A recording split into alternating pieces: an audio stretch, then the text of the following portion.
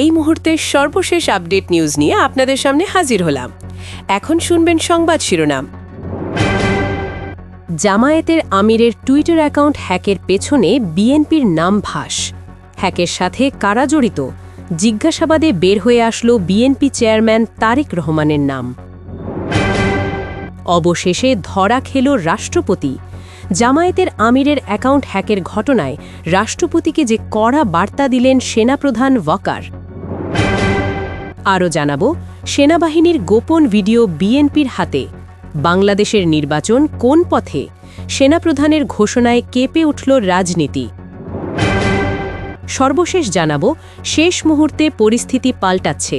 তারেক রহমানের সাথে সমঝোতার পথে আওয়ামী লীগ। বিএনপির সাথে মিলে কাজ করতে চায় হাসিনা। গোপন ষড়যন্ত্র ফাঁস। আপনারা দেখছেন লাইভ নিউজ বাংলা। এতক্ষণ দেখছিলেন সংবাদ শিরোনাম, এখন দেখুন বিস্তারিত। বাংলাদেশের রাজনীতিতে সম্প্রতি একটি অকল্পনীয় ও উদ্বেগজনক ঘটনা ঘটেছে।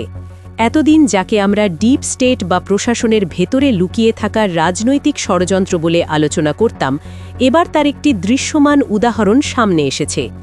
জামায়াতে ইসলামীর আমির ডাক্তার শফিকুর রহমানের এক্স বা সাবেক টুইটার অ্যাকাউন্ট হ্যাক করার অভিযোগে গ্রেফতার করা হয়েছে খোদ রাষ্ট্রপতির কার্যালয় বঙ্গভবনের আইসিটি শাখার সহকারী প্রোগ্রামার মোহাম্মদ সারওয়ার আলমকে। দেশের সর্বোচ্চ নিরাপত্তা বেষ্টিত ভবনের ভেতর থেকে যদি এ ধরনের সাইবার অপরাধ সংঘটিত হয়, তাহলে তা রাষ্ট্রের নিরাপত্তা ব্যবস্থার জন্য গভীর উদ্বেগের বিষয়। ঢাকা মহানগর গোয়েন্দা পুলিশ ডিবি জানিয়েছে, এটি কোনো সাধারণ হ্যাকার বা বিচ্ছিন্ন সাইবার অপরাধ নয়। এই হ্যাকিং করা হয়েছে সরকারি রিসোর্স ব্যবহার করে, পরিকল্পিতভাবে। জিজ্ঞাসাবাদে সারওয়ার আলম স্বীকার করেছেন যে আমিরে জামায়াতের অ্যাকাউন্টে বিভ্রান্তিকর পোস্ট দেওয়ার পেছনে তিনি জড়িত ছিলেন। প্রশ্ন উঠছে, তিনি কি একাই এই কাজ করেছেন, নাকি এর পেছনে রয়েছে কোনো বড় রাজনৈতিক শক্তির নির্দেশ? তদন্তে উঠে এসেছে অ্যাকাউন্ট সরাসরি পাসওয়ার্ড ক্র্যাক করে ভাঙা হয়নি। ব্যবহার করা হয়েছে সোশ্যাল ইঞ্জিনিয়ারিং ও ফিশিং কৌশল। সবচেয়ে বড় অস্ত্র ছিল বিশ্বাসযোগ্যতা। হ্যাকার ব্যবহার করেছে একটি সরকারি ইমেল ঠিকানা @bhangabhabon.gol.bd ডোমেইনের অধীনে। সাধারণভাবে gov.bd ডোমেইন থেকে আসা মেল মানুষ সন্দেহ করে না, কারণ এটি কেবল সরকারি কর্মচারীদের জন্য নির্ধারিত। আমিরের সোশ্যাল মিডিয়া ম্যানেজারকে লক্ষ্য করে পাঠানো হয় একটি মেল, যেখানে বলা হয় অ্যাকাউন্টে অস্বাভাবিক লগইন হয়েছে এবং যাচাই না করলে অ্যাকাউন্ট সাসপেন্ড হতে পারে। ভাষা ও বিন্যাস ছিল একেবারে এক্সের সিকিউরিটি টিমের মতো। ভেরিফাই অ্যাক্টিভিটি বাটনে ক্লিক করতেই ম্যানেজারকে নিয়ে যাওয়া হয় একটি নকল লগইন পেজে, যা দেখতে অবিকল এক্সের আসল পেজের মতো। সেখানে ইউজার নেম ও পাসওয়ার্ড দেওয়ার সঙ্গে সঙ্গেই সেই তথ্য চলে যায় হ্যাকারের কাছে। 2 স্টেপ ভেরিফিকেশন চালু থাকা সত্ত্বেও হ্যাকার প্রবেশ করে ম্যান ইন দ্য মিডল অ্যাটাকের মাধ্যমে। ভিকটিম যখন নকল পেজে ওটিপি কোড দেয়, হ্যাকার তাৎক্ষণিকভাবে সেই কোড ব্যবহার করে আসল অ্যাকাউন্টে ঢুকে পড়ে। ডিবি পুলিশ মেইল সার্ভারের হেডার বিশ্লেষণ করে দেখতে পায় মেইলটি পাঠানো হয়েছে বঙ্গভবনের একটি সাবডোমেন থেকে। পরে আইসিটি শাখার লগ ও ইউজার অ্যাক্সেস ট্রেল বিশ্লেষণ করে নির্দিষ্ট করা হয় কোন কম্পিউটার ও কোন ইউজার সেই সময়ে মেইলটি পাঠিয়েছে।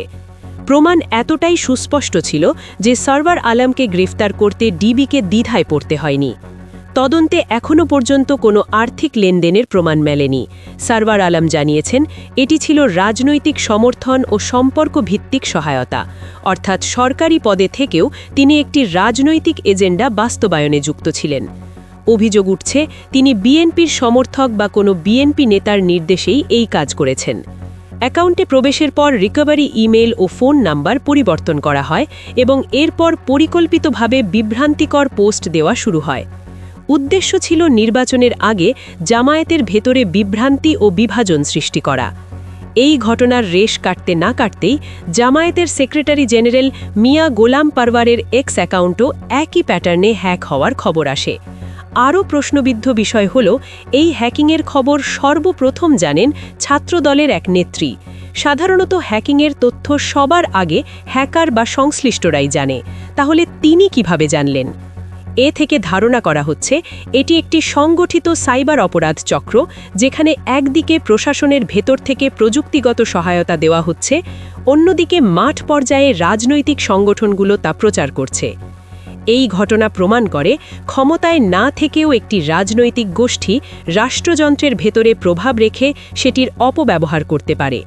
এটি দেশের সাইবার নিরাপত্তা ও গণতান্ত্রিক ব্যবস্থার জন্য একটি গুরুতর হুমকি। এখন দাবি উঠছে শুধু সরওয়ার আলম নয়, তার পেছনের মাস্টার মাইন্ডকেও চিহ্নিত করতে হবে। একই সঙ্গে সংশ্লিষ্ট রাজনৈতিক সংযোগগুলো তদন্তের আওতায় আনা জরুরি। সবশেষে যে প্রচারণাটি চালানো হয়েছিল আমিরে জামাতকে নারী বিদ্বেষী হিসেবে উপস্থাপন করার, তা বাস্তবতার সাথে কতটা সংঘর্ষিক সেটিও আলোচনার দাবি রাখে। ডাক্তার শফিকুর রহমানের স্ত্রী একজন চিকিৎসক ও সাবেক সাংসদ, তার 2 কন্যাও প্র্যাকটিসিং ডাক্তার। তিনি শুধু পরিবারেই নয়, প্রাতিষ্ঠানিকভাবেও নারীদের এগিয়ে নিতে ভূমিকা রেখেছেন। সিলেট উইমেন মেডিকেল কলেজের অন্যতম প্রতিষ্ঠাতা হিসেবে হাজারো নারী চিকিৎসকের ক্যারিয়ার গড়ে ওঠার সুযোগ সৃষ্টি করেছেন। অন্যদিকে যারা তাকে নারী বিদ্বেষী প্রমাণের চেষ্টা করছেন, তাদের নিজেদের পারিবারিক ও রাজনৈতিক অবস্থানও জনসম্মুখে প্রশ্নের মুখে পড়ে। এই প্রেক্ষাপটে স্পষ্ট হয় এটি কেবল একটি অ্যাকাউন্ট হ্যাকের ঘটনা নয়, এটি বাংলাদেশের রাজনীতিতে পরিকল্পিত সাইবার অপারেশন, রাষ্ট্রীয় অবকাঠামোর অপব্যবহার এবং গণতান্ত্রিক প্রক্রিয়াকে প্রভাবিত করার একটি গুরুতর উদাহরণ। ঢাকা থেকে শুরু করে সুদূর গ্রাম বাংলা সবখানেই এখন এক অদ্ভুত থমথমে পরিবেশ। সরকারি অফিসগুলোতে তাকালেই কর্মকর্তাদের চোখে মুখে ধরা পড়ছে এক অজানা আতঙ্ক। থানার সেই দাপুটে পুলিশ কর্মকর্তারা যারা একসময় বুক ফুলিয়ে এলাকা শাসন করতেন, এখন এতটাই সতর্ক যে নিজেদের ছায়াকেও যেন বিশ্বাস করতে পারছেন না। এরই মধ্যে খবর মিলছে সেনাবাহিনীর ভেতরেও চলছে একের পর এক বিশেষ বৈঠক। প্রশ্ন একটাই, পর্দার আড়ালে আসলে কি ঘটছে? খোঁজ নিয়ে জানা গেছে ডক্টর মুহাম্মদ ইউনুসের নেতৃত্বাধীন অন্তর্বর্তীকালীন সরকার এমন কিছু সিদ্ধান্ত নিয়েছে যা বাংলাদেশের নির্বাচনী ইতিহাসে আগে কখনো কল্পনাও করা হয়নি। সেনাবাহিনী থেকে শুরু করে পুলিশ বাহিনী সবাইকে দেওয়া হয়েছে এক কঠোর ও স্পষ্ট বার্তা। এই বার্তা এতটাই শক্ত যে তা শুনে তাবড় তাবড় রাজনৈতিক নেতাদেরও ঘাম ছুটে যাচ্ছে। আর এই গোপন নির্দেশনার ফলেই মাঠ পর্যায়ে এমন কিছু ঘটতে যাচ্ছে যা বাংলাদেশের রাজনীতির দাবার বোর্ডই উল্টে দিতে পারে।